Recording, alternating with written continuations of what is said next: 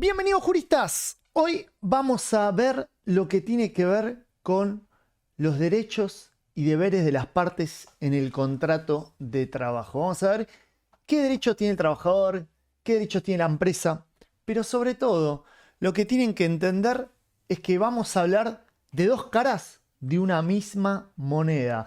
Porque si yo te digo que el trabajador tiene el derecho de cobrar la remuneración, te estoy diciendo que el empleador tiene la obligación de pagar esa remuneración. Entonces lo que vamos a ver en esta clase son eso, derechos y deberes, obligaciones y derechos y garantías constitucionales en algún aspecto.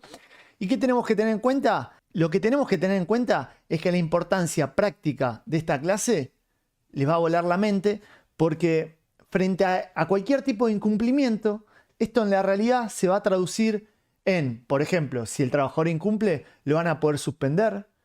A veces lo van a suspender y no le van a pagar el salario. O sea, muy grave.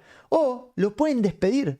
Incluso despedir con causa y no pagarle indemnización. Del punto de vista del empleador que incumple, también tiene grandes consecuencias. Una puede ser, yo trabajador me considero despedido y te hago juicio y te reclamo una indemnización. O yo trabajador meto alguna acción para volver a la situación atrás. O sea, puede haber reclamos individuales de trabajadores que pueden hacer juicio básicamente. Y pueden haber reclamos colectivos. Incluso puede haber consecuencias estatales con multas de la policía del trabajo, etcétera, etcétera, etcétera. A lo que voy es que cada cosita que vamos a ver ahora tiene consecuencias muy grandes en la práctica. Y para empezar esto, tenemos que hablar de ciertos deberes genéricos, que son tanto del trabajador como del empleador. Y uno de ellos es el principio de buena fe que ya estuvimos viendo. Nosotros leímos, por ejemplo, el artículo 62 y el 63. El artículo 62 habla de una obligación genérica de las partes. Y dice que cada parte está obligada, activa y pasivamente, no solo a lo que resulta expresamente en los términos del contrato, sino a todos aquellos comportamientos que resulten de esta ley, de los estatutos profesionales o convenciones colectivas de trabajo, apreciados con criterio de colaboración y solidaridad. Esto es clave como para que empecemos este camino. Entonces, esta clase en realidad debería durar 9 horas o capaz 20 y tenemos 1 hora y media para ver derechos y deberes. Pero piensen que cualquier tipo de ley que diga el trabajador tiene derecho a esto estaría contemplada en la clase de hoy. Pero hoy vamos a ver lineamientos que establece la ley de contrato de trabajo. Y uno de los primeros es colaboración y solidaridad. Esto es clave porque nos va a permitir interpretar toda la ley de contrato de trabajo. Y en los términos del 63, las partes están obligadas a obrar de buena fe, ajustando su conducta a lo que es propio de un buen empleador o de un buen trabajador, tanto al celebrar, ejecutar o extinguir el contrato o la relación de trabajo. Esto es clave, y a mí lo que me voló la mente de esto es que te acabo de decir el secreto de la interpretación del derecho y no te dije nada, y te dije un montón al mismo tiempo. ¿Por qué? Porque es discrecional. ¿Qué es un buen trabajador? ¿Qué es un buen empleador? ¿Quién dice esto? ¿Quién determina esto? Eso es lo más difícil de contestar. La respuesta hoy va a ser un depende y va a depender de muchas cosas, del contexto histórico, del contexto empresarial, de las características del trabajador, del puesto, de la empresa, incluso del juez que te toca. Muchos interpretan que es un buen trabajador, un buen empleador, pero el secreto es que va a depender del caso en concreto. Sin embargo, cuando ustedes analicen un caso en concreto, pregúntense, ¿qué haría un buen trabajador? ¿Qué haría un buen empleador? Y van a ver que esto es la llave a un montonazo de preguntas de la práctica profesional. A modo de ejemplo, en plena pandemia los telegramas no llegaban porque el correo estaba cerrado y tardaban mucho tiempo. Entonces los jueces, para contestar si esto es nulo, sí o no, ¿qué hacían? ¿Se portó como un buen empleador? ¿Se portó como un buen trabajador? ¿Insistió? ¿Lo mandó a muchos lados? Además de mandar telegrama o carta de documento, llamó por teléfono, mandó un WhatsApp, mandó un mail. ¿Se comportó como un buen trabajador, un buen empleador? Esto es clave para analizar todo lo que vamos a ver a continuación. porque a continuación vamos a empezar con las facultades del empleador. Y van a ver que las facultades del empleador son enormes. O sea, la legislación argentina reconoce la facultad de organización, la facultad de control y la facultad disciplinaria. Algunos autores llaman esto la suma del poder público. Imagínate que el empleador es el poder ejecutivo, legislativo y judicial todo junto. Dentro de ese contrato de trabajo, él organiza, dice cómo se hace, qué se hace, controla si se hace bien o no, establece reglamentos de empresa, o sea que de alguna manera legisla, y también sanciona. Es juez y verdugo. Pero la ley, que no es tonta ni perezosa en ciertos aspectos, además de determinar esto, determina los límites. Cada vez que te da una facultad, establece límites. Y cuando no lo hace, tenemos otros límites, que es la Constitución Nacional. Los derechos y las garantías constitucionales, que funcionan como un límite al ejercicio de la facultad del empleador. Porque el trabajador, cuando entra al contrato de trabajo, no deja en el perchero sus derechos humanos fundamentales. Sigue siendo una persona humana con derechos humanos fundamentales. No es que cuando entras al contrato de trabajo perdés tu calidad de ser humano. No, eso persiste. Por eso, muchos límites tienen que ver con la razonabilidad. Otros lo llaman la funcionalidad, con la adecuación del medio al fin. Y les doy un ejemplo. Mi jefe me pide que me disfrace de empanada y vaya a repartir volantes del estudio jurídico. ¿Es razonable eso? ¿Es funcional a la empresa? ¿O me está haciendo bullying, mobbing, me está maltratando? Cuando nosotros nos preguntamos, che, ¿por qué hizo esto? ¿Es funcional a la empresa? ¿Es razonable el ejercicio de esta facultad? Nos va a dar muchas herramientas para analizar el caso en concreto. Otro límite que vamos a analizar hoy es la idoneidad, la no discriminación, todo lo que tiene que ver con la dignidad del trabajador, la indemnidad física, psíquica y patrimonial, y sobre todo el abuso de derecho, que no solo está en el artículo 10 del Código Civil, sino que el abuso de derecho es algo que se aplica en todo el derecho, incluso en el derecho laboral. Entonces, cuando veamos este tipo de facultades, pregúntense si hay un ejercicio regular de ese derecho o si hay un abuso del derecho, ya sea del trabajador o del empleador. Estos límites van a estar siempre en cualquier tipo de facultad. ¿Se entiende? Dicho eso, vamos a empezar a leer artículos de la Ley de Contrato de Trabajo. El artículo 64 de la Ley 20.744 dice que el empleador tiene facultades suficientes para organizar económica y técnicamente la empresa, explotación o establecimiento. O sea que la ley le reconoce esta facultad de organización, que incluye, por ejemplo, hacer un reglamento de empresa. Yo podría decir cómo se hacen las cosas, un know-how, como dicen algunos estudiosos del comercio, del marketing, que dice cómo el trabajador tiene que hacer algo, no sé, cómo tiene que hacer el trabajador de McDonald's las hamburguesas. Y también puede establecer consecuencias. Por ejemplo, si llegas tarde, pasa X cosa. Si llegas tarde 2 o 3 veces, pasa X cosa. Pero todo eso también está sujeto al orden público. Entonces va a haber que analizar el caso en concreto y el contenido de esa disposición, de ese poder reglamentario. Pero ese poder está reconocido en la Ley de Contrato de Trabajo. Entonces, como consecuencia, si yo soy trabajador y me dicen, che, de ahora en más, no podés llevar, no sé, mates a tal oficina, en principio yo tengo que cumplir. Ahora, si nosotros nos ponemos a orquestar, che, pará, o sea, no puedo estar 8 horas sin tomar nada, déjame llevar el mate, o sea, esto me está alterando derechos humanos fundamentales. Y ahí está el juego del tire y afloje. Va a haber ejemplos que van a ser muy claros, pero lo que tienen que entender es que en principio la facultad es de organización del empleador. El empleador te dice cómo hacerlo. Si él te dice, vos sos un vendedor, vos tenés que vender y tenés que usar este guión, tenés que decir esto, esto y esto y esto. No, yo voy a vender distinto. No, vos tenés que seguir la facultad de organización de la empresa. El trabajador está cediendo libertad y tiene que hacer, en principio, lo que dice el empleador. O sea, es un poder bastante fuerte, digamos. En este sentido, el 65 marca algo que nos va a ayudar para todo el análisis del derecho.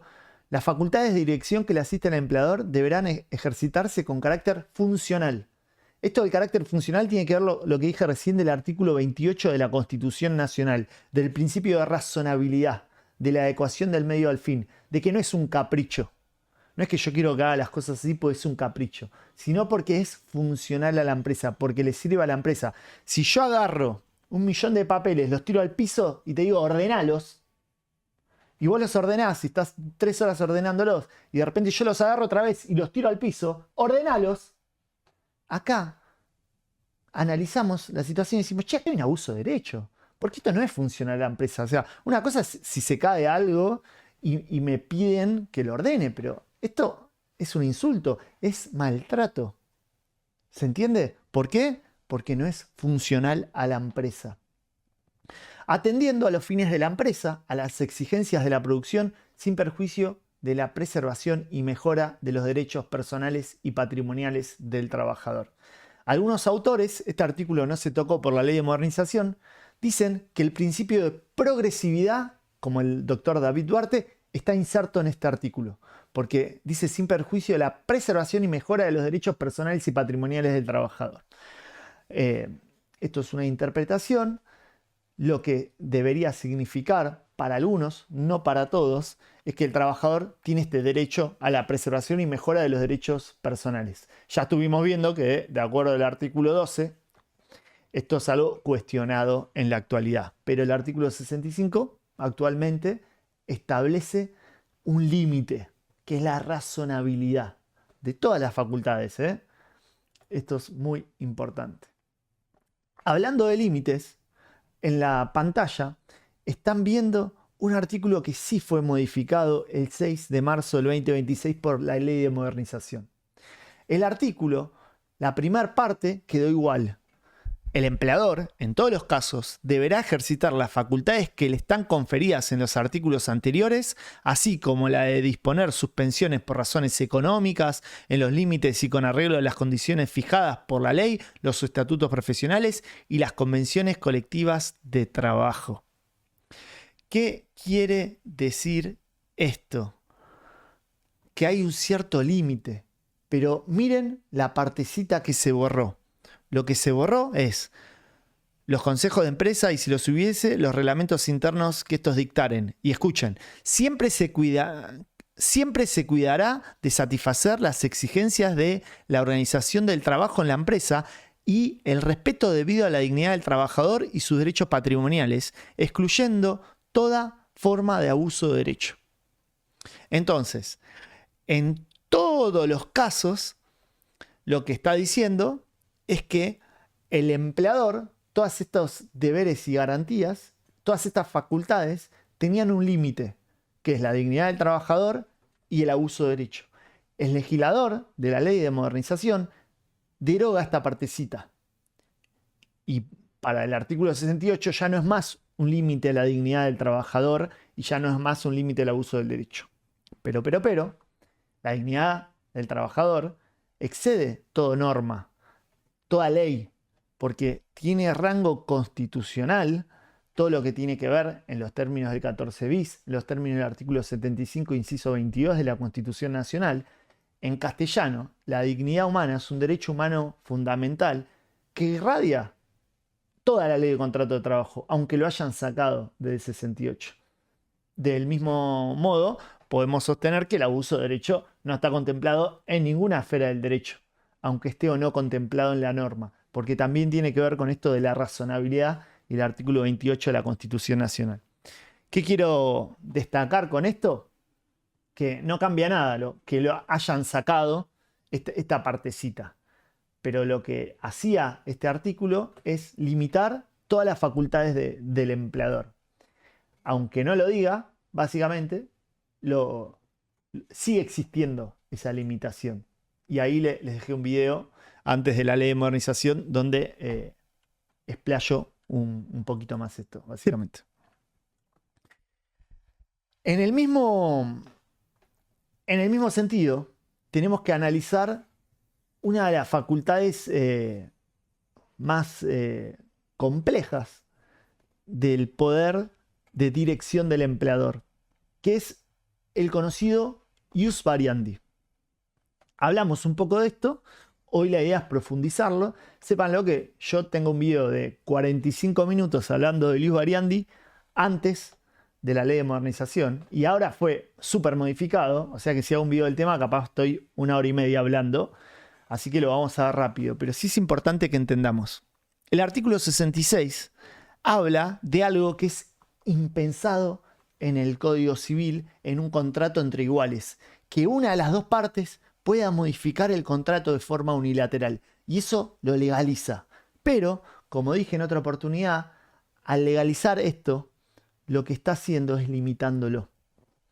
Dice, artículo 66, facultad de modificar las formas y modalidades del trabajo. El empleador está facultado para introducir todos aquellos cambios relativos a la forma y modalidades de la prestación del trabajo. ¡Apa! O sea, imagínate, todas las modalidades, qué hacer, cómo hacerlo, dónde hacerlo, es un montón. Pero dice, en tanto, no, y vamos a leer lo que decía antes que está tachado, en tanto no importen un ejercicio irrazonable de esa facultad, ni alteren modalidades esenciales del contrato, ni causen perjuicio material, ni moral al trabajador. O sea que antes, el uso abusivo del ius variandi, antes del 6 de marzo del 2026, decía que este cambio nunca podía ser irrazonable. O sea, un capricho. No podía ser un capricho. O sea, y esto lo tenía que probar la empresa. 2. No podía alterar una condición esencial del contrato de trabajo. ¿Qué es una condición esencial? No sabemos. ¿Qué decía la jurisprudencia? Depende. ¿De qué depende? ¿El lugar de trabajo es esencial? Y depende. Si vos me haces trabajar en este kiosco y de repente me decís de ahora más tenés que ir a un kiosco que está acá a 2 cuadras, es razonable y no altera una condición esencial. Pero si vos me decís el kiosco queda en Capital Federal y ahora quiero que vayas a trabajar un kiosco en Santa Cruz, bueno, ahí sí estás alterando una condición esencial. Entonces eso no se puede hacer. Eso es un ejercicio abusivo del ius variandi, así se llamaba. Tampoco se podía que esto cause un perjuicio patrimonial o moral. Esto no se podía. Entonces, de repente, me podían correr la jornada, decir, che, ahora más no vas a entrar más a las 9 y salir a las 6. Vas a entrar a las 10 y salir 1 hora después, a las 7. O sea, entras 1 hora después y salís 1 hora después. ¿Se podía hacer esto? En principio sí, pero si esto alteraba moral o patrimonialmente al trabajador, no se podía. ¿Por qué? Porque yo tengo que dejar a mi hija en el colegio y no llego, porque yo tengo otro trabajo y no llego, porque yo tengo que ir a la facultad y no llego. Entonces todo se analizaba en el caso en concreto, viendo todos estos requisitos. Por eso el video es tan largo, digamos. Pero se modificó esto. ¿Qué dice el nuevo artículo 66? Le sacan la parte de un ejercicio razonable de esta facultad. O sea que para el legislador, en principio, podría ser irrazonable esta facultad. Ahora, para hacer el mal hay que hacerlo bien, si no, no se logra el fin deseado. ¿A qué me refiero? Si el legislador quería sacar este principio de irrenunciabilidad, si el legislador quería sacar esta cuestión de la razonabilidad como límite, la debería sacar de la Constitución, cosa que no puede, pero más allá de eso, la debería haber modificado también del artículo 65.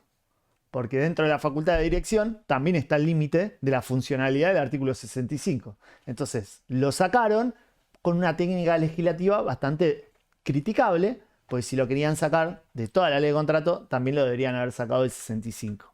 Pero hacen todas las apuradas y sin entender, en mi consideración personal, que el derecho es un todo y la Constitución Nacional nos guía en todos los principios, aunque diga esto que es razonable o no. Lo que también sacaron es que no le causen un perjuicio moral al trabajador. Y entonces acá tenemos que discutir las distintas casuísticas, porque antes si el único perjuicio era moral, porque no sé, yo soy un padre divorciado, a mi hija solo la veo cuando la dejo en el jardín y la voy a buscar y por culpa de este cambio ya no puedo hacer esto, antes vos podías considerarte despedido. Antes tenías que intimar, una intimación previa diciendo, che, mirá, mi hija va al colegio, revé la medida, considerame, y si no, recién ahí podía actuar. Pero ahora se elimina eso. De todas formas, es muy difícil diferenciar en la práctica todo lo que tiene que ver el perjuicio material y el moral, porque en la mayoría de los casos está todo medio ligado y cruzado. Y además, porque la dignidad del trabajador sigue estando en la ley de contrato de trabajo, como vamos a ver mientras avance la clase. De todas formas, todo esto es nuevo, tiene un mes. Entonces, vamos a ver qué dice la jurisprudencia al respecto.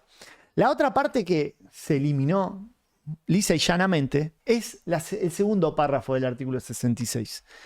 Decía que cuando el empleador disponga de medidas vedadas por este artículo, o sea, cuando el empleador incumpla el uso del ius variandi y se convierta en un uso abusivo del ius variandi, el trabajador, previa intimación, y si ésta fuera desoída, esto agregó la ley, pide intimación previa. Antes, también, la jurisprudencia pedía intimación previa, todos hacíamos intimación previa, salvo que sea algo muy grande.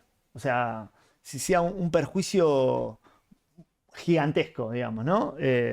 Yo a veces hago estos chistes en clase de si viene el empleador y me empieza a disparar, yo no le voy a intimar a, che, deja de dispararme. O sea, la situación ya es de cumplimiento imposible. Pero en la práctica siempre había que intimar previamente.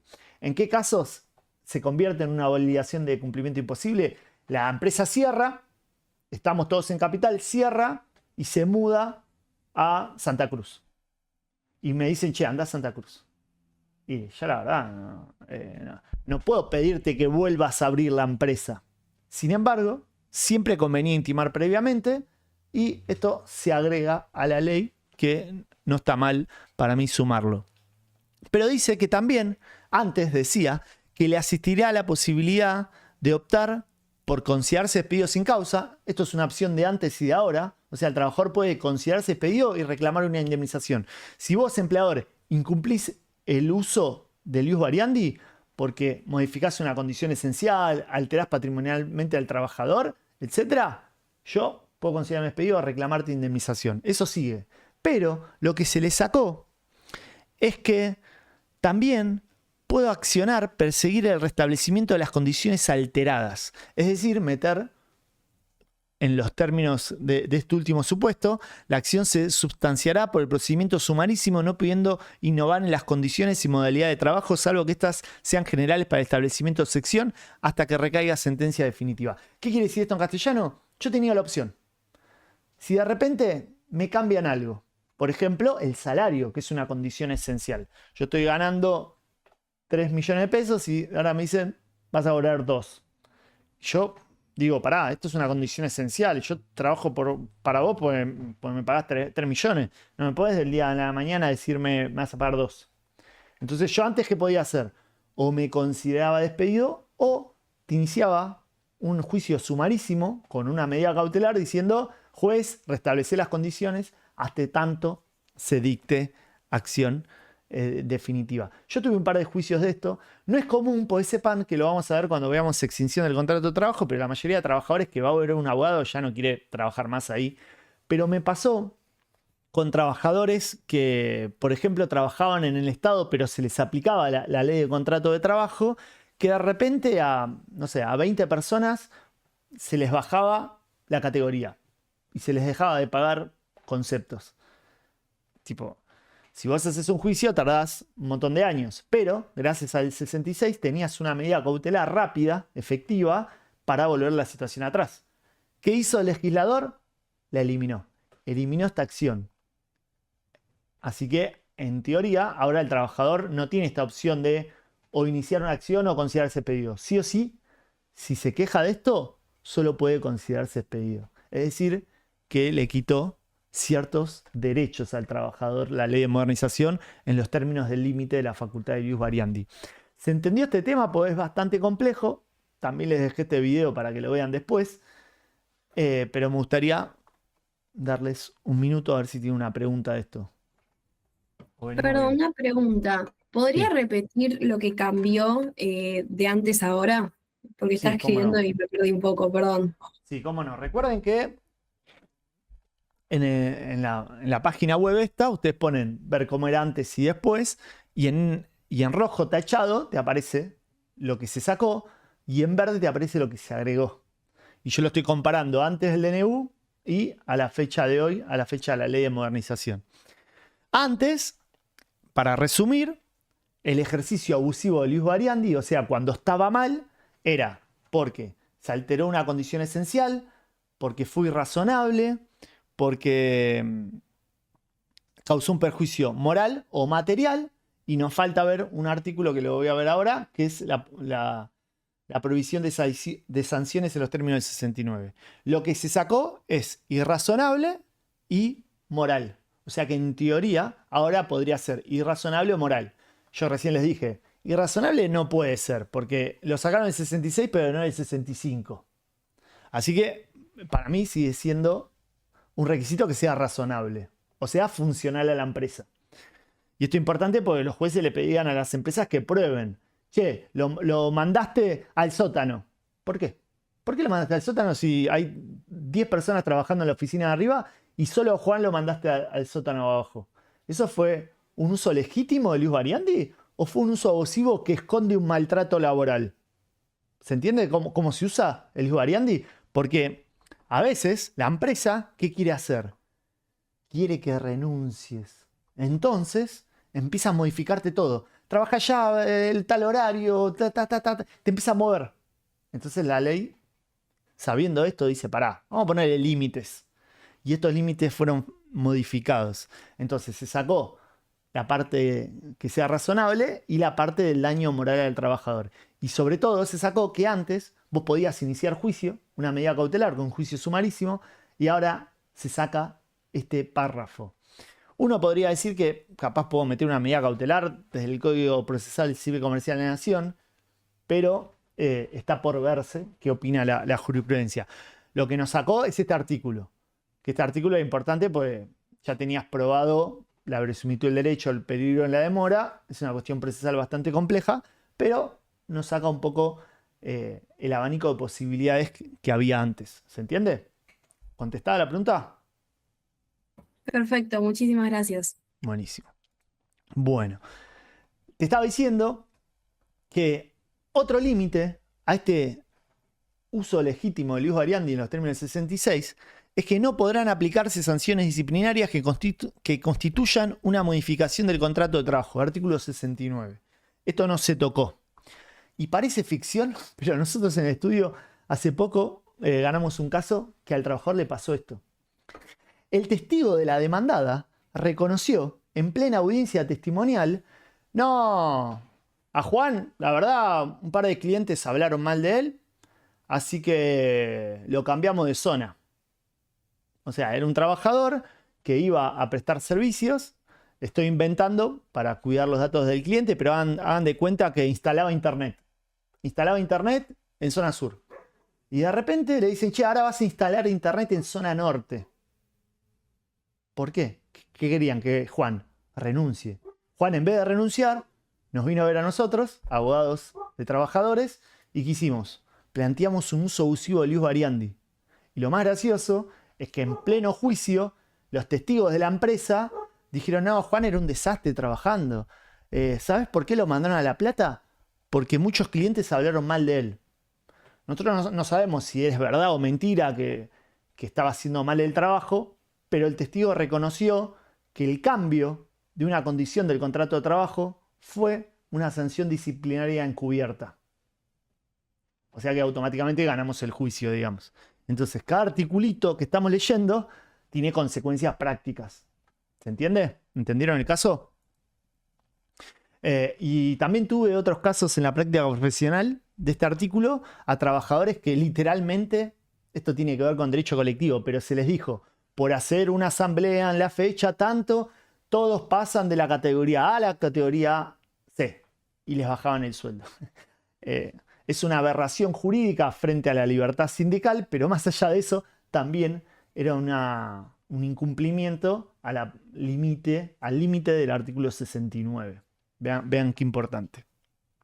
Hablando del poder disciplinario, que es una de las facultades del empleador, te puede sancionar. Leamos el artículo 67. El artículo 67 dice que el empleador podrá aplicar medidas disciplinarias proporcionadas a las faltas o incumplimientos demostrados por el trabajador. ¿Qué está diciendo? Este límite va a ser clave. La proporcionalidad, que tiene que ver con la adecuación del medio al fin, la razonabilidad. O sea que no es lo mismo llegar tarde 1 minuto que llegar tarde 2 horas, que faltar sin aviso. No es lo mismo que el incumplimiento lo haga el gerente, porque si el gerente falta sin aviso y es el único que tiene la llave, capaz 200 personas se quedan afuera de la oficina, o que lo haga una persona de archivo que se le acumula trabajo, pero no produce ningún daño. Entonces, el artículo 67 nos está diciendo, hey, el empleador puede aplicar medidas disciplinarias, pero nos marca el primer límite, que es la proporcionalidad, que este límite también va a estar frente a un despido con o sin justa causa, como vamos a ver otras clases. También dice que dentro de los 30 días corridos de notificada la medida, el trabajador podrá cuestionar su procedencia y el tipo o exención de la misma para que se suprima, sustituya por otra o limite según los casos. Vencido dicho término, se tendrá por consentida la sanción disciplinaria. Primero de nada, este artículo lo que quiere decir es que el empleador te puede suspender. Incluso te puede suspender sin goce de salario. ¡Apa! O sea, te puede decir, mañana no venís y mañana no te lo pago. Es un montón. Y encima establece un plazo de caducidad para el trabajador que reclama. Si el trabajador se queda callado, mute, pasan 30 días corridos y se tiene por consentida. Acabamos de leer. O sea que, si tenés un amigo que lo suspendieron, rápido contestá, rechazá esa suspensión. Porque si pasan 30 días, estás consintiendo. Para mí, esto atenta contra el principio de irrenunciabilidad, porque el silencio del trabajador nunca se debe presumir en su contra, y esta norma, que fue introducida en la dictadura, incorpora este aspecto de, si en 30 días no te quejas, lo consentís. Y esto es muy grave, pero está en la norma. Lo que pasa es que, honestamente, hay muy pocos juicios de trabajadores que reclamen por suspensiones. Porque es raro hacer un juicio porque te suspenden 5 días. ¿Se entiende? El trabajador normalmente no quiere perder su fuente de trabajo. Los juicios por suspensiones es cuando hay un abuso en los términos de los demás artículos que vamos a ver. Por ejemplo, el artículo 218 dice que toda suspensión dispuesta por el empleador para ser considerada válida debe fundarse en justa causa. O sea que no te puedes suspender porque le pinta, tiene que ser razonable, tiene que ser proporcional. Debe tener plazo fijo y ser notificada por escrito al trabajador. Lo normal es que te la notifiquen por carta o documento, podría ser por escribano, hipotéticamente podría ser por WhatsApp, por email, por nota simple, pero anda a probarlo. Porque si vos me lo notificás por WhatsApp, yo digo, ese teléfono no es mío, no te conozco, eso está falsificado. Si me lo notificás por mail, también puedo tratar de negarlo por nota simple, pero si me mandan una carta de documento, eso es una notificación fehaciente, recuerden, porque participa la gente del correo en el medio y le da cierta validez. Si participa un escribano, es un instrumento público, entonces no es lo mismo. Entonces el empleador, el buen empleador, suele notificar por carta de documento. El empleador que tiene mucha plata notifica por escribano. Hipotéticamente se puede notificar de otra forma, sí, porque no dice de modo fehaciente acá, pero es un riesgo que tiene que ver con la prueba. En los términos del 219 dice que se considera que tiene justa causa la suspensión que deba, a falta o disminución de trabajo no imputable al empleador, esto lo vamos a ver más adelante, a razones disciplinarias o fuerza mayor debidamente comprobada. Esto lo vamos a ver en las clases de suspensión del contrato de trabajo. Pero básicamente lo que nos está diciendo la ley es que si te portás mal, el empleador tiene la facultad de sancionarte. Y esto es importante porque en el derecho comparado en otros países, a veces, para que te puedan suspender, participa el sindicato, participa el Estado, te tienen que hacer un juicio previo, un sumario previo, pero acá la ley de contrato de trabajo no dice eso. Dice que el empleador decide de forma unilateral suspenderte. Y si a vos no te gusta, reclamá. Y tenés 30 días para mandar telegrama y después podés hacer un juicio, digamos. O sea que el empleador tiene muchas facultades disciplinarias. O sea, mucho poder para decir. Ni siquiera hay una norma que acabamos de leer que dice previo a algún tipo de suspensión se deberá escuchar al trabajador para que ejerza el derecho de defensa. No, no hay una norma que diga eso. Sí, es prudente el empleador que previo a sancionar pide explicaciones, hace un sumario, interroga testigos. Sí, esa prudencia a veces le hace ganar juicios al buen empleador. Pero no acabamos de leer eso. Acabamos de leer facultades bastante amplias que establece la ley de contrato de trabajo. ¿Se entiende? Pero sí establece un límite. Artículo 220. Plazo máximo.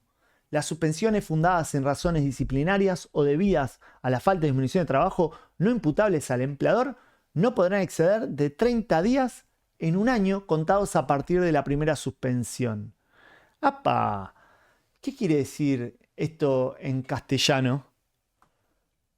No me pueden suspender durante 2 meses. No importa lo que hice. Vamos a ver que si me mandé una muy grande, me van a poder despedir con justa causa. Pero en principio, me tienen que suspender con un plazo máximo de 30 días desde un año. Entonces, si vos me suspendés 10 días, porque, no sé, vengo faltando mucho y sigo incumpliendo, me podés suspender 10 más. Si sigo incumpliendo, me podés suspender 10 días más. Pero no me podés suspender más de 30. Si lo que hice fue muy grave, vamos a ver que al trabajador lo pueden despedir con justa causa. Pero si a un trabajador en la vida real lo suspenden por más de 30 días, él puede considerarse despedido por este uso abusivo del poder disciplinario. Y sepan que es una locura lo que estoy hablando, ¿eh? Porque 30 días es un mes de salario. O sea, el poder disciplinario es tan grande que me podés un mes entero no pagar el salario por un incumplimiento mío. Pero tiene que ser proporcional. No tiene que ser una falta menor. Tiene que ser un flor de incumplimiento. Pero las suspensiones fundadas en razones disciplinarias deberán ajustarse a lo dispuesto por el artículo 67 sin perjuicio de las condiciones que se fijen en función de lo previsto en el artículo 68. Esto es lo que dije recién. La razonabilidad, el abuso de derecho, la dignidad del trabajador, etcétera, etcétera. O sea que hay límites al poder disciplinario también.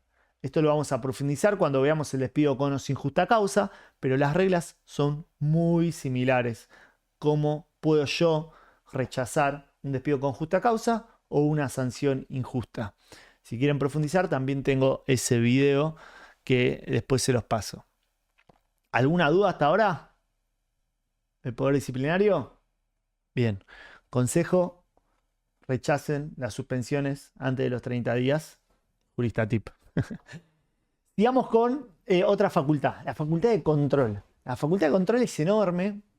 Vamos a ver que en los términos del artículo 210 te pueden mandar un médico a tu casa cuando veamos el tema de suspensiones, pero si leemos el artículo 70, dice que los sistemas de controles personales del trabajador destinados a la protección de los bienes del empleador deberán siempre salvaguardar la dignidad del trabajador y deberán practicarse con discreción.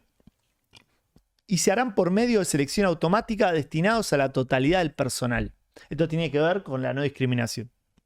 Los controles del personal femenino deberán estar reservados exclusivamente a personal de su mismo sexo. En los términos de este artículo y los siguientes que vamos a leer, nos hacemos preguntas como en ese video de ¿te pueden filmar en el trabajo? ¿Sí o no? Y la gran respuesta: depende. Depende. Si vos sos cajero y la cámara apunta a la plata, lo pueden hacer. Tienen que cumplir ciertas reglas, te tienen que avisar, etcétera, etcétera, pero lo pueden hacer. Ahora, que te pongan video es una cosa, pero audio, eso en algunos casos se demostró como un uso abusivo de esta facultad de control. Porque, por ejemplo, había un caso de choferes a larga distancia, que van de a dos, están 8 horas seguidas manejando, y había una camarita para asegurarse que no haya ninguna infracción de tránsito, por una cuestión de seguridad, que la jurisprudencia, los jueces dijeron, me parece bien, pero le pusieron audio. Y los trabajadores en el día a día, están 8 horas trabajando ahí, se cuentan cosas personales, que mi mujer, que el perro, que mi hijo. Y el empleador no se puede meter en cuestiones personales. Entonces, en ese tipo de situaciones, se dijo límite. Sáquenle el audio a esto. Un sindicato hizo un juicio pidiendo eso y se sacó. Le dieron la razón al sindicato. Si yo pongo cámaras en el baño, eso no es un uso legítimo. ¿Qué quiere ver en el baño?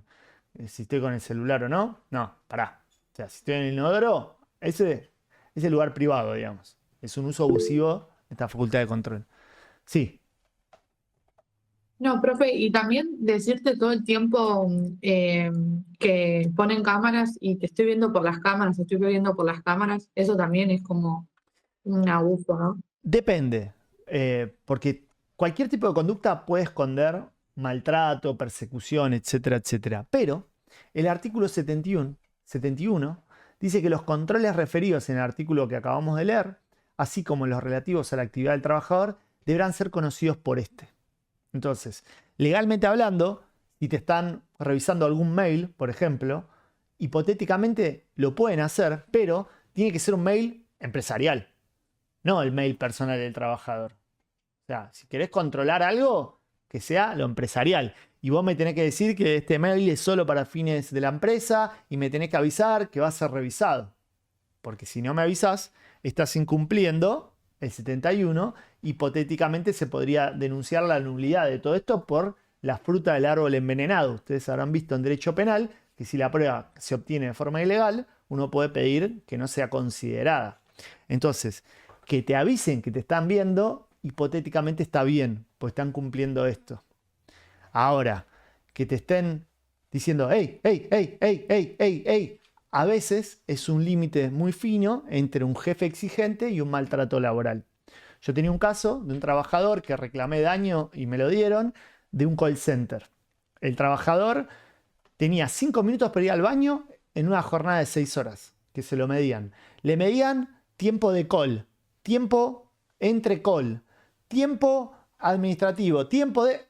Cada segundo lo tenían monitoreado. Cada 5 trabajadores atrás había un líder gritando, diciendo, ¡ey, ey, atendé, ey, llamá, pum, pum, pum! Entonces yo demostré a través de todo esto que todo el control era excesivo, porque estaba vulnerando ¿qué? La dignidad del trabajador, la indemnidad, toda la psiquis. ¿Se entiende? Entonces lo gané y me dieron daño que excede todas las indemnizaciones, digamos. ¿Por qué? Porque había un control abusivo, excesivo. El problema de esto es que es todo discrecional. Depende bien del caso en concreto, del juez que te toca, de lo que probás, porque los límites son bastante poco claros, digamos.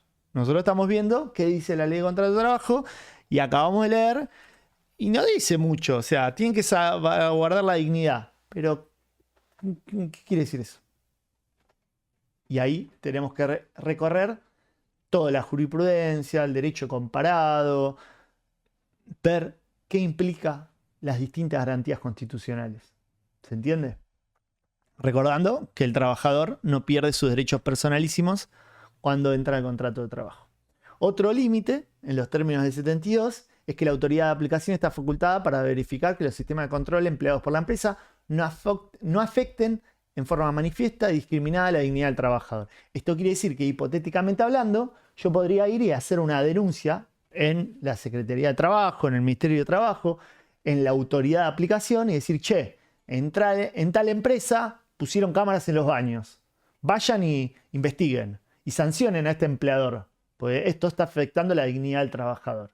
O sea que un límite podría ser este tipo de denuncias, digamos. Más allá de la efectividad o no, que eso depende del caso en concreto, pero está muy bueno saber que existe. Entonces, si ustedes quieren argumentar que hay un abuso de la facultad de control, su arma más importante es la dignidad.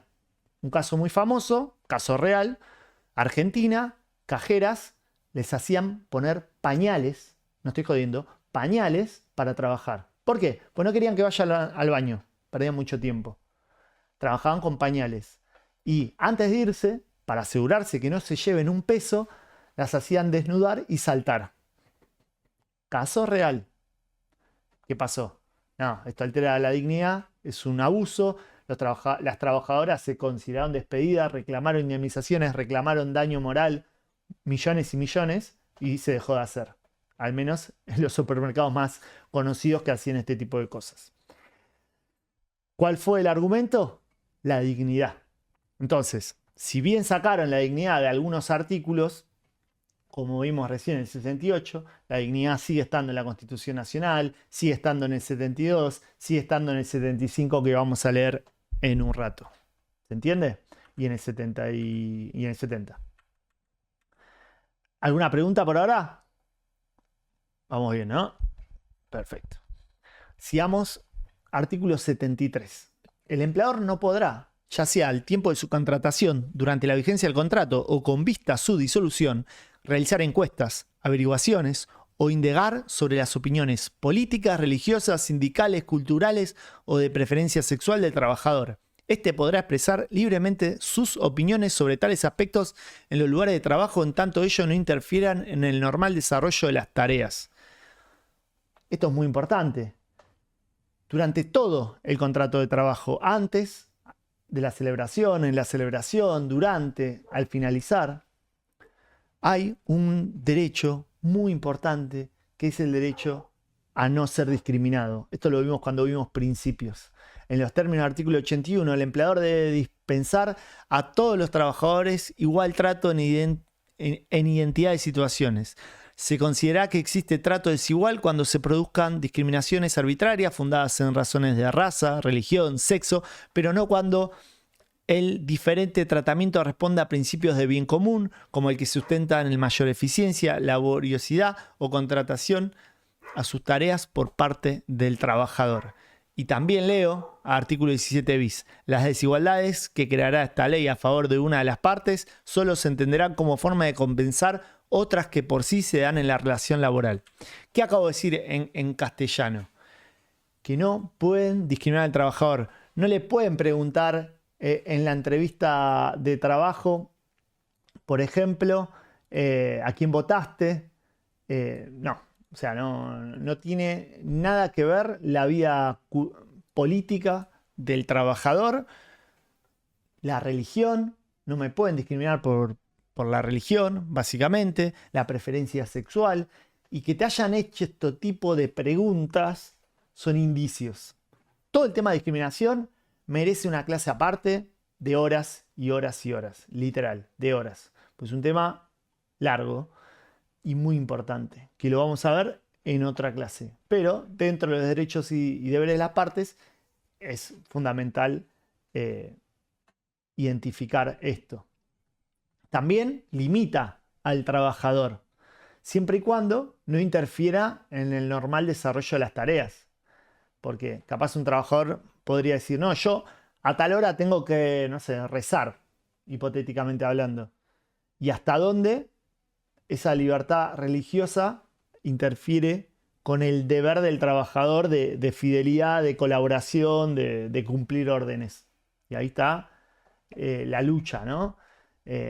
Piensen que también hay casos muy emblemáticos de, no sé, trabajadoras que se tapan todo porque su religión así lo indica, o trabajadores y trabajadoras que quieran usar una cruz porque son católicos o lo que sea, y hasta dónde eso altera o no el desarrollo normal de tareas. Esa pregunta nos va a responder si está bien o no este límite. Respecto a la libertad de expresión, algo muy polémico que hizo la ley de modernización, que no vamos a llegar a ver en este cuatrimestre, me parece, es el Estatuto del Periodista, que se derogó entero, y una de las cosas más importantes que garantizaba es la libertad de expresión del periodista. No la libertad de prensa como de la empresa de prensa, sino del periodista, y le daba ciertos derechos para que no pueda ser despedido. Sin embargo, sí le quedó este tipo de cosas. Porque piensen que si, no sé, se enteran que sos no sé, libertario o kirchnerista o peronista y te despiden por eso, eso puede ser un motivo de un despido discriminatorio, que lo vamos a ver después. Entonces es importante destacar que en principio el empleador no debería meterse en estos temas, digamos. ¿Alguna pregunta de todo esto? No, perfecto, estamos bien. Ahora, uno de los deberes más importantes es el pago de la remuneración. O sea, el empleador está obligado a satisfacer el pago de las remuneraciones debidas al trabajador en los plazos y condiciones previstos en esta ley. Ya vimos, o vamos a ver, en los términos de 128, 137, 255 bis, al cuarto día hábil te tienen que pagar el salario. Esto lo sabemos todo. Pero esto es re importante, porque si no te pagan, puedes reclamar. Y si podés reclamar y no te pagan, te puedes considerar despedido, puedes iniciar acciones por diferencias salariales. En pandemia un montón de trabajadores hicieron juicio, che, no me están pagando. ¿Por qué? Pues están incumpliendo el 74. Y algo que les va a volar la mente cuando veamos sobre todo la clase de remuneración, que falta un par de clases para esto, es que técnicamente no te pagan por trabajar. No te pagan por trabajar. Te pagan por ponerte a disposición tu fuerza de trabajo. A los fines de esta ley, artículo 103, se entiende por remuneración la contraprestación que debe percibir el trabajador como consecuencia del contrato de trabajo. Dicha remuneración no podrá ser inferior al salario mínimo vital. El empleador debe al trabajador la remuneración aunque éste no preste servicios por la mera circunstancia de haber puesto su fuerza de trabajo a disposición de aquel. O sea que, si yo estoy en la oficina esperando que vos me des tareas y no me das, me tenés que pagar el salario igual. Estoy esperando a atender el teléfono, no llama a nadie y bueno. Ahora, el derecho no admite uso abusivo del derecho. El trabajador, si se está haciendo el piola a propósito, hipotéticamente lo pueden suspender, hipotéticamente despedir, dependiendo del caso. No es que se admite el abuso del derecho. Pero, si mi trabajo es contestar el teléfono y en 8 horas nadie me llamó, bueno, yo cumplí, estuve a disposición. Ahí me senté en la oficina, estuve atento, le pregunté a mi jefe, che, ¿necesitas que te ayude con algo? Y me des el salario igual. Porque esas 8 o 9 horas yo estoy a disposición. ¿Se entiende? Muy, muy importante. ¿Alguna pregunta de esto? ¿Venimos bien? Sí, en ese caso conviene Sí. dejar asentado esto de hay algo para hacer o demás la predisposición de cuando no hay la tarea que realmente te corresponde, de la que estás 8 horas sentado y te ofreces. Mira, es un gran depende. Cuando Bien. veamos maltrato laboral y discriminación y todo eso, hay un caso muy famoso del gerente que pasó de gerente a repartidor, el Che Pibe, porque lo vaciaron de tareas. Como no lo podían despedir porque tenía mucha antigüedad y no lo querían despedir, le empezaron a decir, che, ya que estás, le llevas esto a Marcos, che, ya que estás, le llevas esto a Juan, y le sacaron responsabilidades. O sea, un uso abusivo de Luis Variandi también, ¿no? Y le empezaron a sacar cosas, le sacan cosas. Entonces, ¿qué escondía este vaciamiento de tareas? Porque le estaban pagando, pero estaban fallando algo que vamos a ver, que es el deber de ocupación. El deber de ocupación efectiva está en el artículo 78. El empleador deberá garantizar al trabajador ocupación efectiva, de acuerdo a su calificación o categoría profesional, salvo que el incumplimiento responda a motivos fundados que impidan la satisfacción de tal deber. O sea que en principio, si no me están dando tareas, yo las puedo reclamar, porque tengo ese derecho. Porque muchos sostienen que el trabajo dignifica y que te hagan un vaciamiento de las tareas, a veces para muchos es una tortura. O sea, si vos estás trabajando, tu jornada de 8 horas pasa volando. Pero si de repente estás quietito viendo el techo, no puedes usar el celular, no puedes hacer nada, eso puede generar cierto maltrato al trabajador. Entonces la ley lo que le dice al trabajador es, hey, vos podés pedir tareas. Obvio que, no sé, si de repente se está inundando todo y bueno, el empleador te puede decir, pará, no, ahora no te puedo dar tareas porque mirá, se está prendiendo fuego el edificio básicamente. Pero en principio te tiene que dar tareas. Si el trabajador fuese destinado a tareas superiores, distintas a aquellas para las que fue contratado, tendrá derecho a percibir la remuneración correspondiente por el tiempo de su desempeño si la asignación fuese de carácter transitorio. Esto lo veo en el video de Luis Variandi, pero si de repente me dicen, che, está enfermo el gerente y durante un mes lo reemplazo, bueno, tengo que cobrar como gerente. ¿Se entiende? Estoy haciendo tareas superiores. Se reputarán las nuevas tareas o funciones como definitivas si desaparecieron las causas que dieron lugar a la suplencia y el trabajador continuase en su desempeño o transcurrieron los plazos que se fijen al efecto en los estatutos profesionales o las convenciones colectivas de trabajo. Esto también tiene que ver con el ius variandi.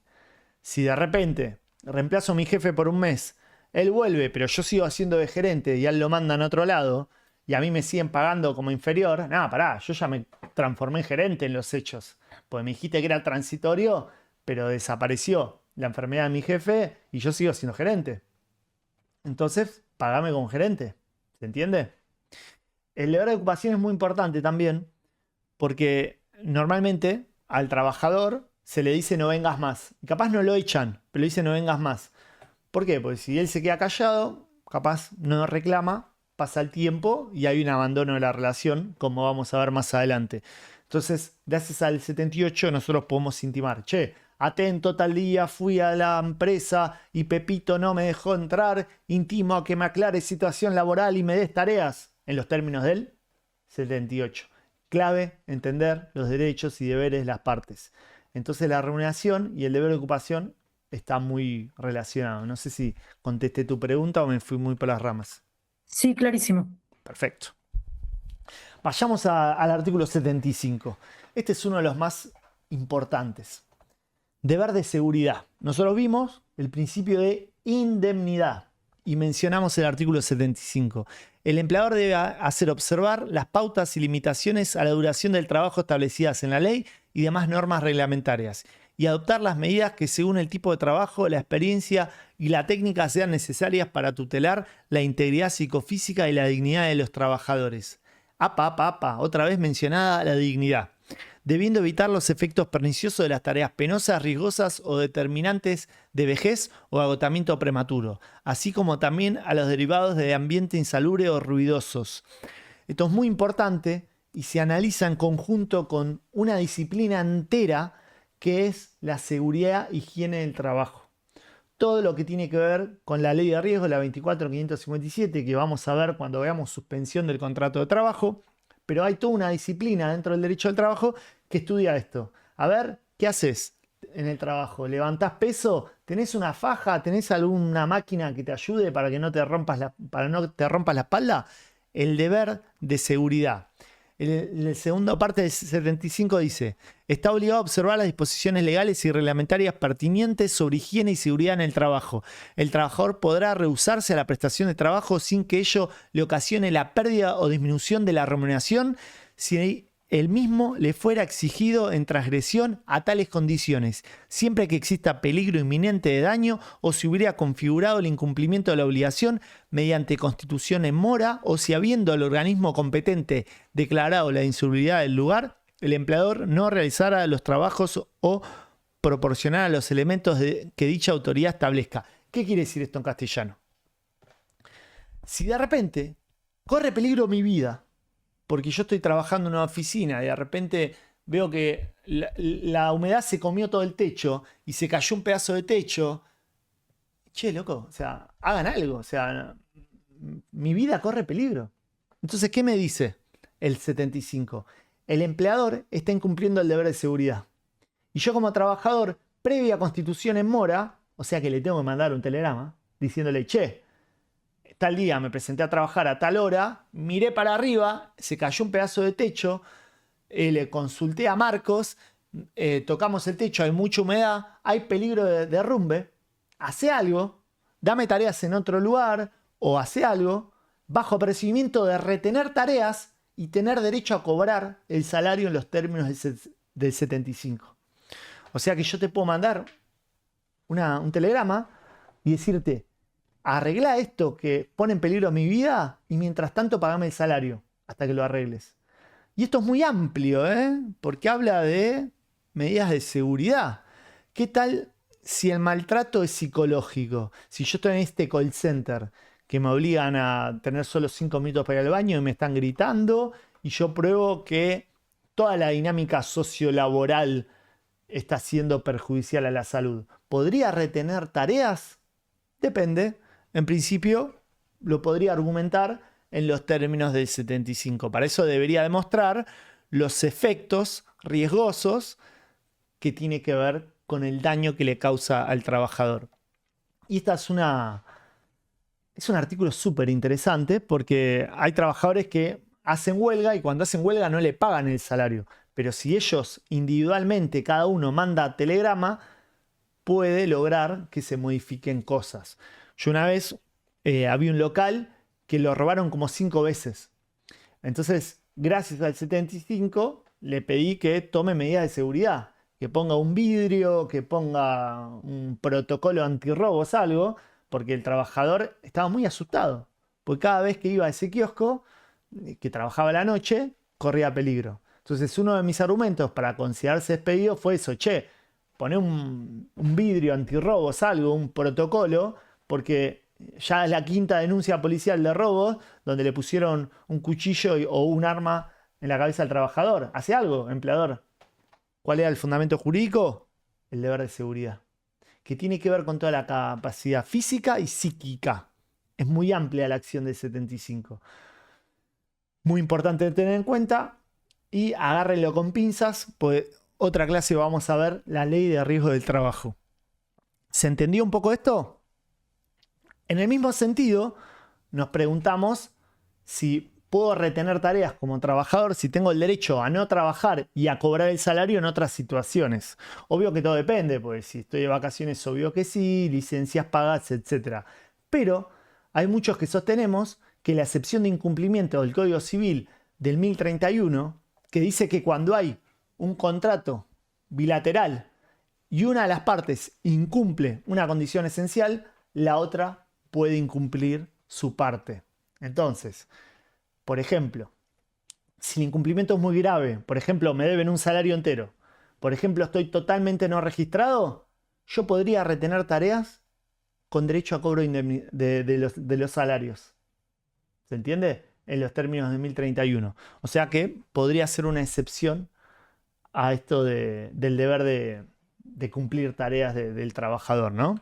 Lo puse acá porque en los términos del 75, la única norma de la ley de contrato de trabajo que establece esta excepción es cuando hay peligro en la vida del trabajador. Sin embargo, muchos sostenemos en la doctrina de la jurisprudencia que la excepción de incumplimiento del Código Civil es también aplicable en trabajador en casos graves. No es tipo, puedo faltar y me tenés que pagar el salario si me debes 50.000 pesos. No. Tiene que ser un incumplimiento grave, 100% de un mes o la correcta registración, algo grave, ¿se entiende? Pero bueno, a tenerlo en cuenta. ¿Alguna pregunta a esto? Perfecto. Artículo 76. Reintegro de gastos y resarcimiento de daños. El empleador deberá reintegrar al trabajador los gastos suplidos por este para el cumplimiento adecuado del trabajo y resarcirlo de los daños sufridos en sus bienes por el hecho y en ocasión del mismo. Esto no lo sabe nadie, pero si yo estaciono en el estacionamiento de la empresa y me roban el auto, hay un cierto deber de seguridad, de custodiar, de, che, vos me diste lugar para estacionar dentro de la empresa y me robaron el auto, reparar esos daños. O si estoy trabajando y me roban el celular de trabajo, en ocasión de trabajo, comprarme un celular. Me tenés que no solo reintegrar los gastos de me mandaste a hacer tal cosa afuera, pagame los gastos, sino que también me tenés que resarcir en los daños sufridos por el hecho o en ocasión de trabajo. Es un concepto súper amplio. Obvio que la mayoría no reclama por miedo a no perder el trabajo, pero hipotéticamente hablando, el trabajador podría reclamar esto. Entonces, tengan en cuenta que el empleador tiene que reintegrar no solo los gastos, sino que reparar los daños patrimoniales sufridos por el trabajador. Esto es muy importante. Obvio, dentro de lo razonable, etcétera, etcétera. Deber de protección. Artículo 77. El empleador debe prestar protección a la vida y bienes del trabajador cuando éste habite en el establecimiento. Si se le proveyese de alimentación y vivienda, aquella deberá ser sana y suficiente y la última adecuada a las necesidades del trabajador y su familia. debe efectuar a su costa las reparaciones y refacciones indispensables conforme a la exigencia del medio y confort. No todos los trabajadores tienen derecho a la vivienda. Algunos trabajadores que cuidan edificios pueden tener derecho a la vivienda en la Argentina, algún trabajador del campo, algún trabajador minero, etcétera, etcétera. Pero lo que establece la ley es que si me vas a dar vivienda, que sea suficiente, que sea adecuada. Y vos te haces cargo de las reparaciones indispensables. Esto es muy importante porque he tenido trabajadores que los obligaban a trabajar por 2 mangos, cuidando, no sé, obras de construcción, y les daban un colchón, no tenían baño, no tenían nada, ventanas rotas, se morían de frío a la noche. Bueno, esto se puede reclamar como un incumplimiento al deber de protección del artículo 77. Si me vas a dar vivienda, que sean condiciones dignas. Artículo 77. Es importante conocer estas normas para poder aplicarlas en la realidad. ¿Alguna pregunta? El próximo artículo, el 79, es un artículo súper importante, pero que deberíamos dedicarle, no sé, mínimo 3 horas. Es el deber de diligencia iniciativa del empleador. El empleador deberá cumplir con las obligaciones que resulten de esta ley, de los estatutos profesionales, convenciones colectivas de trabajo y de los sistemas de seguridad social, de modo de posibilitar al trabajador el goce íntegro y oportuno de los beneficios de tales disposiciones le acuerdan. No podrá invocarse en ningún caso el incumplimiento de parte del trabajador de las obligaciones que le están asignadas y del que se derive la pérdida total o parcial de aquellos beneficios, si la observancia de las obligaciones dependiese de la iniciativa del empleador y no probase el haber cumplido oportunamente de su parte las que estuvieran en su cargo como agente de retención, contribuyente u otra condición similar. ¿Qué quiere decir esto en castellano? Hay un derecho básico universal dentro del derecho al trabajo como derecho humano fundamental, que es el trabajo digno. El trabajo digno se entiende internacionalmente, de acuerdo a la OIT, la Organización Internacional del Trabajo, de acuerdo a parámetros en los términos 14 bis, etcétera, etcétera, como trabajo registrado.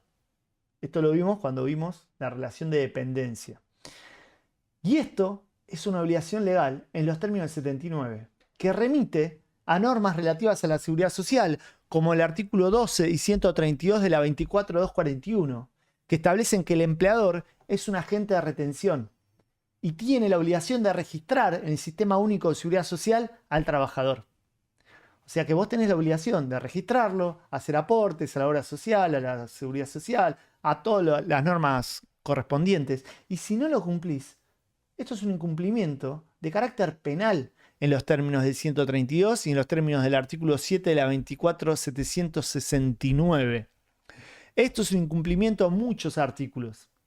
Durante décadas, por eso digo que merece una clase aparte, se aplicaban las indemnizaciones de la 24.013 y la 25.323. Pero, de repente, vino la ley bases, el DNU 7023, y derogó todo. No derogó la obligación de registrar, eso persiste. Lo que derogó es las consecuencias indemnizatorias, que lo vamos a ver cuando veamos extinción del contrato de trabajo. Pero, frente a este vacío, lo que se empezó a hacer es reclamar daño desde el punto de vista del Código Civil. Acá les dejé los artículos. ¿Y qué hizo el legislador del 6 de marzo del 2016 de la Ley de Modernización? Prohibir el reclamo del daño en los términos del 245 y el 278. Esto lo vamos a analizar en otra clase en particular, pero de acuerdo a la normativa que estamos leyendo, es un derecho del trabajador estar registrado correctamente, es un derecho humano fundamental, no solo del 79, y el trabajador que no lo es puede reclamar daño, puede reclamar las indemnizaciones del despido por estar incorrectamente registrado, pero tiene estos obstáculos de la nueva normativa, que no tarifan el daño y que tratan de prohibirlo. Pero lo que se está hablando es que se puede hacer con distintos argumentos. Tengo videos si quieren profundizar esto, pero lo vamos a ver más cuando veamos extinción. Lo que quiero que les quede de esta clase es que es un derecho humano fundamental, está registrado para el trabajador, que tiene que ver con la seguridad social, que son derechos irrenunciables, y tiene que ver con una obligación contractual. ¿Por qué? Porque hay una acción preventiva de daños en los términos 1711 del Código Civil que me permite prevenir daños. Entonces, el trabajador que está totalmente no registrado no solo puede reclamar indemnizaciones por despido, sino que también puede pedir que le paguen esos aportes y todo eso. Esto es lo que se discute, digamos. Pero sepan que es una obligación contractual, artículo 79. ¿Alguna pregunta? Sé que es un tema muy complejo que merece horas, pero como para adelantarlo, me parece prudente señalar esto. Y hablando del artículo 79, no nos podemos obligar otra obligación del empleador, que el empleador, como dije, es agente de retención. Pero ojo, porque este artículo, el 132 bis, fue derogado por la ley Bases, por el artículo 99 de la 27742, que entró en vigencia el 9 del 7 del 2024. ¿Qué decía este artículo? Si el empleador hubiese retenido aportes del trabajador con destino a los organismos de la seguridad social o cuotas, aportes periódicos o contribuciones a las que estuviese obligado a los trabajadores en virtud de normas legales o provenientes de las convenciones colectivas de trabajo o que resulten de su carácter de afiliados a asociaciones profesionales de trabajadores con personería gremial o miembros de sociedades mutuales o cooperativas o servicios y demás prestaciones que otorguen a dicha entidad o al momento de producirse la extinción del contrato de trabajo por cualquier causa no hubiese ingresado total o parcialmente esos importes a favor de los organismos, entidades o instituciones a los que estuviesen destinados, deberá a partir de ese momento pagar al trabajador afectado una sanción combinatoria mensual equivalente a la remuneración que se devengaba mensualmente a favor de este último al momento de operarse la extinción del contrato de trabajo, importe que se devengará con igual periodicidad a la del salario hasta que el empleador acreditare de modo fehaciente haber hecho efectivo el ingreso de los fondos retenidos. La imposición de la sanción combinatoria prevista en este artículo no enerva la aplicación de las penas que procedieran en la hipótesis de que se hubiese quedado configurado un delito de derecho penal. ¿Qué quiere decir esto en castellano? Que el empleador, en los términos de la 24241 y normas correspondientes, es agente de retención. O sea que en el recibo de sueldo figura que retiene aportes y contribuciones y los deposita en los organismos. Retiene cuota sindical, retiene cuota de la obra social, retiene y deposita en donde corresponde. Lo que decía este artículo, que ahora está técnicamente derogado, es ¿qué pasa si pasa esto en la realidad? ¿Qué pasa si el empleador retuve 20.000 pesos, 100.000 pesos, pero se los queda? No los deposita en el Sistema Único de Seguridad Social, en ANSES, en ARCA, en el sindicato, en la obra social. Los retiene del recibo, pero no los deposita. La sanción era muy grave. En los términos del decreto 146 del /01, el trabajador tenía que intimar, como decía el decreto, y el empleador que no cumplía tenía que pagar desde que no cumplía hasta que cumpla un mes de salario todos los meses. Era una sanción enorme, un montonazo de plata. En la práctica no se aplicaba mucho, debemos reconocer, porque el empleador hacía acuerdos de pago, hacía una novación objetiva de la obligación, o sea, había distintos vericuetos legales, pero básicamente era una sanción muy grave. No se derogó el hecho que el empleador sea agente de retención y tenga que retener y depositar. Lo que sí se derogó es esta indemnización agravada. Que sepan que una vez fue declarada inconstitucional por la Corte de toda la plata que daba. Imagínense 5 años de juicio, 5 años de salarios, solo del 132 bis. Esto fue derogado. Hipotéticamente, si esto se incumple hoy en día, puede dar incumplimientos de naturaleza penal, de naturaleza civil, etcétera, etcétera. Pero lo que quiero que se les quede grabado en esta clase es que es una obligación del empleador retener esos aportes y depositarlos donde corresponde, en los términos del ex 132 bis, pero además en los términos de la 24241, etcétera, etcétera. Próximo artículo, también súper tocado por el DNU 7023, por la ley Bases, por la ley de modernización, la obligación del artículo 80 a la ley de contrato de trabajo. Como verán, está todo tachado, emparchado. ¿Qué quedó? Que nunca cambió, que es una obligación del empleador entregar un certificado de trabajo. Ese certificado de trabajo se entendió históricamente que era un certificado que decía que el trabajador X trabajó para el empleador tal, en tal puesto, en tal calificación, de tal fecha a tal fecha, y además un registro histórico de cuánta plata cobró, de la remuneración y de cuántos aportes hizo. Y ese certificado te sirve para acreditar tu experiencia laboral en otro trabajo, te sirve para cuando te jubiles, te sirve para una prestación por incapacidad, te sirve por cuestiones más que nada relativas a la seguridad social. ¿Qué decía antes? Lo resumo, también podríamos estar horas hablando del artículo 80, que si no te lo entregaban en un plazo prudente de 30 días en los términos del decreto 146 del 2001, te tenían que pagar una indemnización agravada de 3 salarios y ahora sacaron eso. No te tienen que pagar nada si lo incumplen y en vez de 30 días son 45. Y encima agregaron que si esto figura en la página de ARCA, cuenta como que te lo entregaron. Hoy en día se está discutiendo los alcances de esta modificación. ¿Qué es lo que no cambió? Que es una obligación del empleador entregar este certificado. Profe, Eso, sí. y si no lo entrega, ¿hay una indemnización o una recompensa por esa falta de certificado? Lo que no hay dudas es que yo puedo reclamar astreintes. Esto lo vieron en obligaciones. Los astreintes es una suma de dinero diaria, una multa, llamémosla, por cada día en que vos incumplís esto. Si yo te digo, che, entregame el certificado y vos no lo haces, yo hago juicio, el juez puede decirte, entrégalo y por cada día de mora, astreintes. Eso se podía hacer antes y se podía hacer después. Pero ahora lo que se discute es, ¿qué pasa? ¿Puedo reclamar daño? Porque antes ya estaba tarifado, eran 3 salarios, 3 mejores remuneraciones mensuales normales y habituales. Pero ahora lo eliminaron eso. Yo durante mucho tiempo lo que sostuve desde la ley bases es, puedes reclamar daño, pero tenés que alegarlo y acreditarlo. O sea, tenés que decir, che, porque vos no me diste el certificado, yo tuve problemas en ANSES. O porque vos no me diste el certificado, yo no pude conseguir un nuevo trabajo. Porque no pude acreditar que fui 10 años vendedor tuyo. Pero todo eso se está discutiendo, pues todo nuevo, tiene... o sea, la ley base es de hace poquito, desde 2024, y la ley de modernización del 2026. Así que, repito, si quieren después les mando videos para profundizar a los efectos de derechos y deberes. Lo importante es esto. Tengan en cuenta que existe esta obligación del empleador de entregar este certificado, digamos. Profe, yo te quería hacer una pregunta. Todas las que quieras, contame.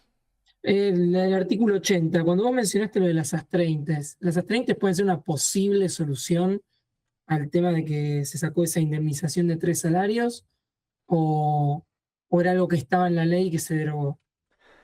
Mirá, te voy a hacer mi desarrollo súper complejo del artículo 80. Vamos a repasar la normativa. Entonces, en los términos del artículo 80, lo que podemos establecer es que es una obligación del empleador entregar el contrato de trabajo. Antes, lo que no había dudas es que si se incumplía eso, tenían que pagarle al trabajador una indemnización igual a 3 remuneraciones mensuales normales y habituales. Pero ahora, el nuevo artículo, primero que nada, eliminó esa consecuencia. O sea, sigue siendo una obligación distinta, pero eliminó la consecuencia. Dice, dentro del plazo de 45 días hábiles desde la extinción del contrato de trabajo, antes el decreto reglamentario 146 de 01 hablaba de 30 días corridos y ahora le metieron 45 hábiles. Y dice, desde la extinción del contrato de trabajo. Antes no había dudas que yo lo podía pedir desde la extinción del contrato de trabajo o también podía pedir el artículo 80 si lo necesitaba por una cuestión de seguridad social. Esto fue eliminado del 80. Pero si nosotros nos vamos a la 24.241, que tiene que ver con todo el sistema de seguridad social, en el artículo 12 y siguientes, vamos a ver que sí es obligación del empleador entregar estos certificados de trabajo. Entonces, técnicamente hablando, estoy buscando bien en qué parte lo dice, inciso G del artículo 12.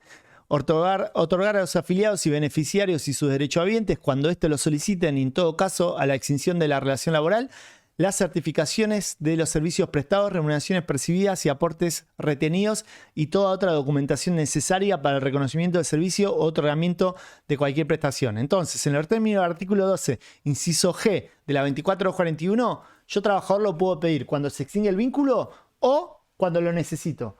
Cuando lo necesito antes que se extinga el vínculo, por ejemplo, quedo con incapacidad total. Quiero sacar una prestación por incapacidad. Lo puedo pedir, pero el legislador del 80 lo sacó, digamos, por una torpeza legislativa. Después, dice que el empleador deberá entregar los certificados de trabajo en los que consten los datos relativos a la relación laboral, la función desempeñada, las capacitaciones realizadas y las constancias de ingreso de los aportes y contribuciones al sistema de la seguridad social. Por ahora vamos bien, pero dice que la obligación se considera cumplida cuando el empleador ponga a disposición del trabajador dichos certificados. Antes, lo que decía es que la obligación se tenía que dar. Vos me tenías que dar los certificados, no ponerlos a disposición, me tenías que dar. Entonces, ¿qué hacíamos en la práctica? No me los diste, no los pusiste a disposición, entonces incumpliste. Ahora dice que se considera cumplida cuando se ponga a disposición. Esto ya te mata muchos reclamos, porque el empleador puede decir, mira, yo te los puse a disposición. ¿Dónde te los puse a disposición? En internet. Dice, forma física en la sede de la empresa o en formato digital a través de cualquier sistema que permita acreditar su entrega al trabajador de manera fehaciente. Esto es sistema de mis aportes de ANSES, que hoy existe. Cuando la información requerida por este artículo se encuentre disponible para el trabajador a través del sitio web del organismo de la Seguridad Social o del sistema que establezca la Agencia de Recaudación y Control Aduanero, ARCA, también se considera cumplida la obligación. Entonces, en la práctica, hoy en día, el empleador va a subir el sistema online y va a decir, listo, no respondo. ¿Cuándo hipotéticamente lo podemos hacer responsable? Uno debería intimar por 45 días hábiles, si considero que es constitucional esto, y él no lo debería poner a disposición. Recién ahí incumple esta obligación. Lo que nos preguntamos, y me preguntaste recién, es ¿cuál es la consecuencia jurídica? Lo que estábamos alegando, y esto se los mostré recién en el hermoso PowerPoint cuando vimos el artículo 79, es todas estas normas que puse yo abajo. Sobre todo las del Código Civil y Comercial de la Nación. ¿Por qué? Porque cuando nosotros no tenemos una norma que tarifa el daño en derecho laboral, recurrimos al derecho común. Recurrimos al derecho de daños. Entonces tenemos que leer el 1710, el 1711, el 1740. ¿Y qué dicen todos estos artículos? Que repito, es daños que se aplican en el Código Civil. Habla del deber de prevención, de la acción preventiva de daños. Y más importante aún, 1740, habla de qué tipo de daño se hay que resarcir en el derecho común. Y dice el 1740, la reparación del daño debe ser plena. Plena, recuerden que el trabajador no tiene menos derechos que un ciudadano común. Y dentro de los ciudadanos comunes, en los términos del artículo 19 de la Constitución Nacional, tenemos derecho a que nos reparen el daño causado de manera injusta. ¿Y cómo tiene que ser esa reparación? Plena. Consiste en la restitución de la situación del damnificado del estado interior al hecho dañoso, sea por el pago en dinero o en especie. La víctima puede optar por el reintegro específico, excepto que sea parcial o totalmente imposible, excesivamente oneroso o abusivo, en cuyo caso se debe fijar en dinero. En caso de los daños derivados de la lesión al honor, la intimidad o la identidad personal, el juez puede, a pedido de parte, ordenar la publicación de sentencia, bla, bla, bla. Quiero ir directamente al 1744. Prueba del daño. El daño debe ser acreditado por quien lo invoca, excepto por la ley lo impute o lo presuma, o que surja notorio de los propios hechos. En los términos de este juego de 1744 y del 1740, lo que estableció la jurisprudencia, y ya hay 8 fallos que determinan esto, es que hay ciertos daños que son notorios. Por ejemplo, si yo estoy totalmente no registrado, la jurisprudencia dice que eso es un daño notorio. Entonces, cuando se eliminaron las indemnizaciones de la 24013, la jurisprudencia empezó a dar daño.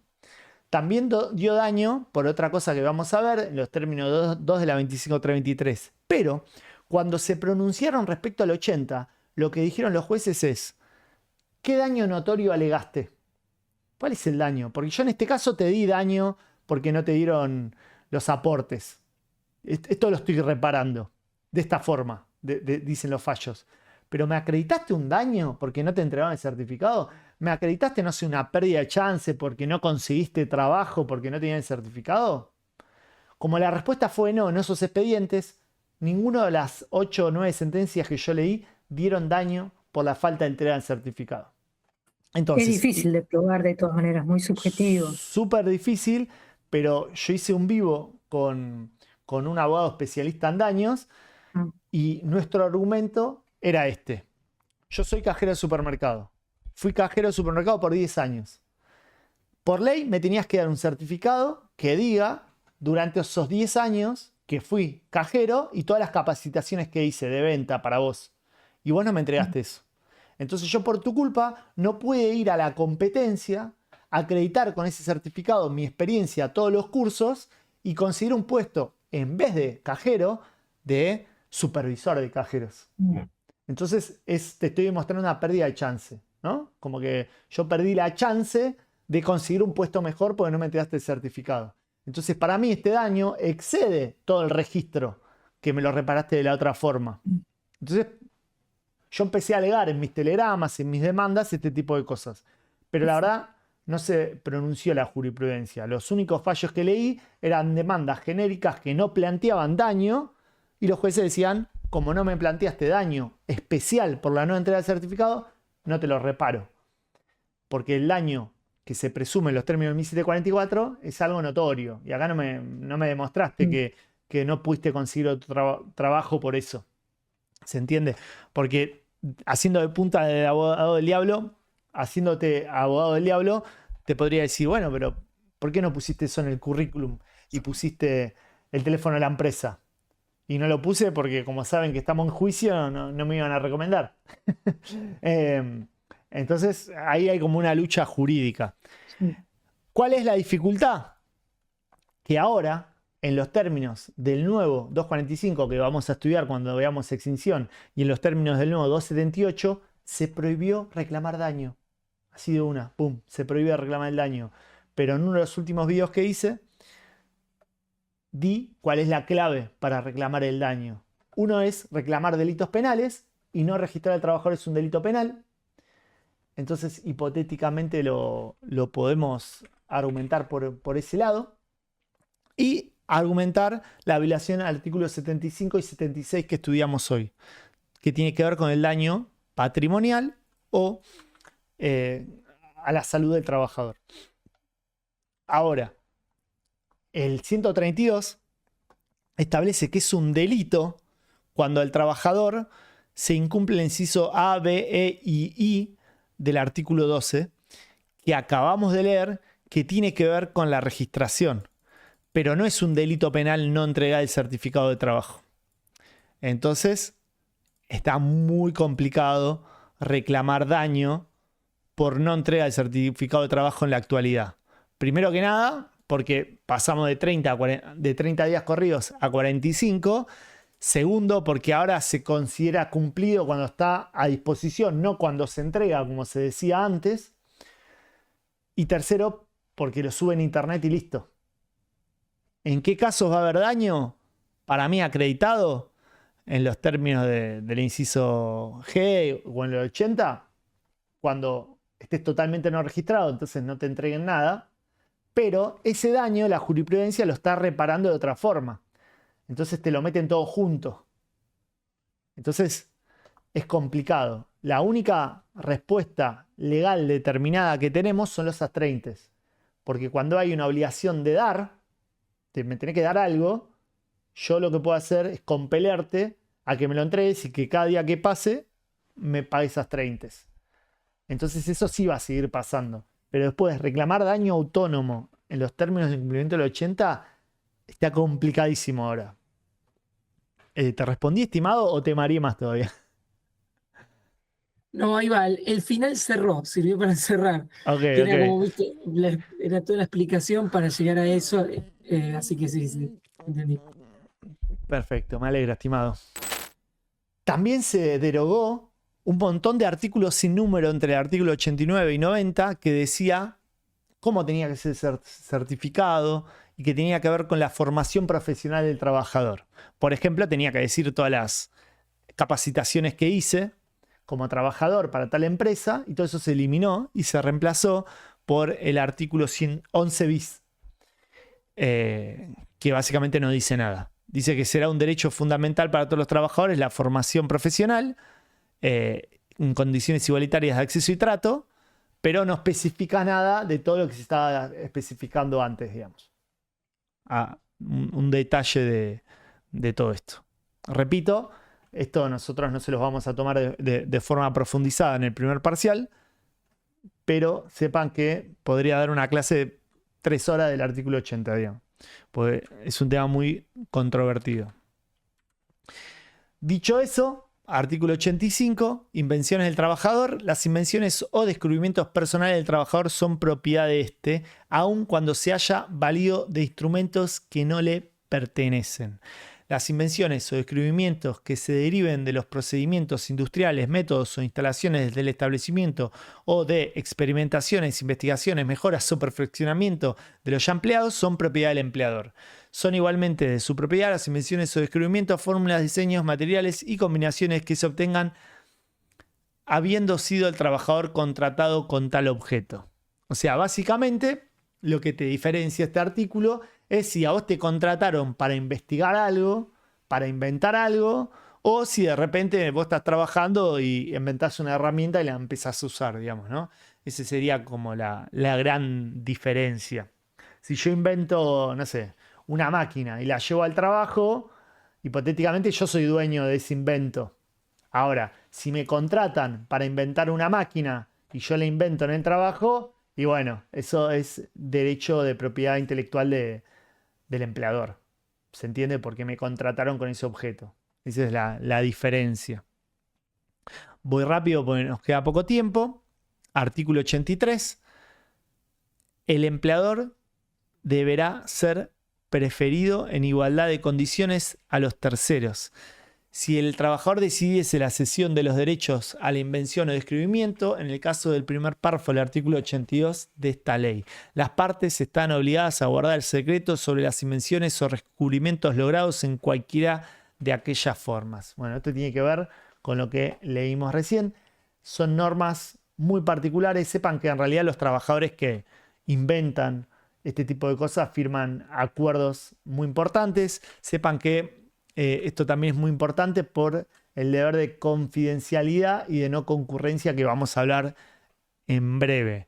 Pero básicamente, bueno, podés ir y decirle a la competencia de Coca-Cola, che, yo soy un trabajador de Coca-Cola, toma, esta es la fórmula. O sea, hay un deber de confidencialidad. Hablando de eso, dentro de los deberes del trabajador, es muy importante el 84. Porque muchas veces al trabajador se lo despide por incumplir el 84, por ejemplo, ¿no? Deberes de diligencia y colaboración. El trabajador debe prestar el servicio con puntualidad, asistencia regular y dedicación adecuada a las características de su empleo y a los medios instrumentales que se le provean. Esto es muy importante porque si el trabajador falta y se lo quiere sancionar, lo que está incumpliendo es el 84. ¿Se entiende? Si llega tarde, lo que está incumpliendo es el 84. ¿Se entiende? Esto es muy relevante, digamos. En el mismo sentido, el 86, el trabajador debe observar las órdenes e instrucciones que se le impartan sobre el modo de ejecución del trabajo, ya sea por el empleador o sus representantes. Debe conservar los instrumentos o útiles que se le provean para la realización del trabajo sin que asuma responsabilidad por el deterioro de los mismos sufran derivados del uso. Esto es importante también, tiene que ver con estas facultades de organización que estuvimos viendo. Recuerden que son dos caras de la misma moneda. Responsabilidad por daños. El trabajador es responsable ante el empleador por los daños que cause a los intereses de este, pero escuchen esto, por dolo o culpa grave en el ejercicio de sus funciones. Hay un famoso sketch de la serie Cualca que el empleador le quiere cobrar al trabajador de un bar, no me acuerdo si era un vaso o un plato. Che, a la señora se rompió tal vaso, así que te lo vamos a descontar del sueldo, dice el sketch. No puede hacer eso. Solo te pueden descontar cuando hay dolo o culpa grave. Saben, del dolo es la intención, o sea, lo haces a propósito, digamos. Y la culpa grave en derecho es algo que excede lo normal. Es tipo, no sé, yo estaba ahí con el celular, yo estaba borracho, o sea, no un accidente, ¿no? Me di vuelta y otro me pegó y se cayó. ¿Se entiende? Estamos hablando de culpa grave. Entonces, todos los pequeños daños que causa el trabajador en el cumplimiento de sus funciones, que no son causados por dolo o por culpa grave, paga el empleador, no paga el trabajador. El trabajador solo es responsable por dolo o culpa grave, que son cosas muy difíciles de probar, el dolo de culpa grave.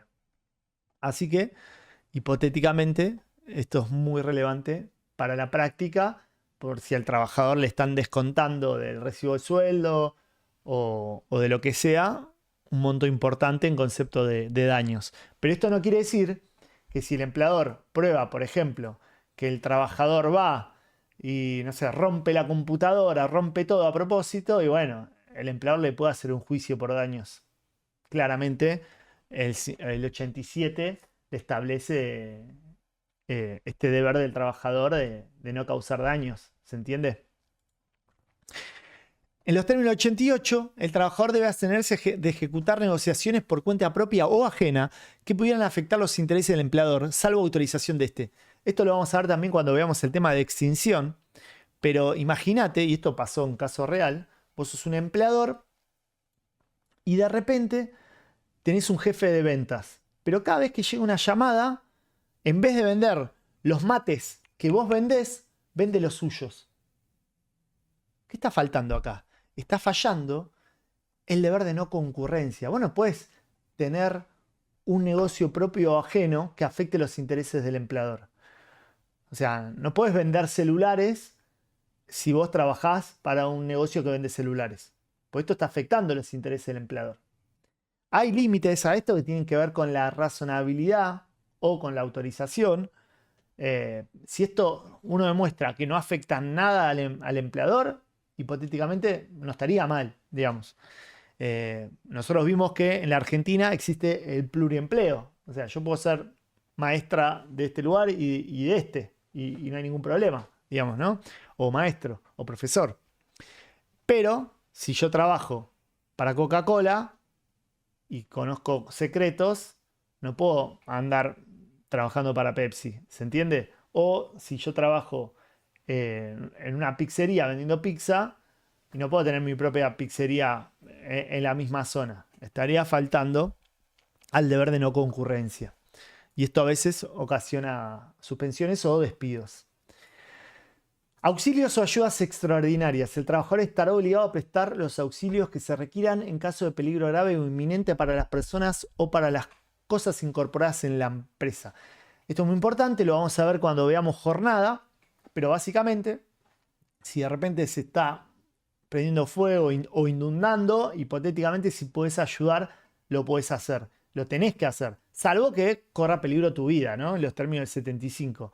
Pero si hay un peligro grave o inminente y vos podés ayudar, trabajador, tenés la obligación. Entonces, ya vamos a ver cuando veamos jornada que las horas extra no son obligación, pero el límite es esto. Si estás obligado a prestar auxilio.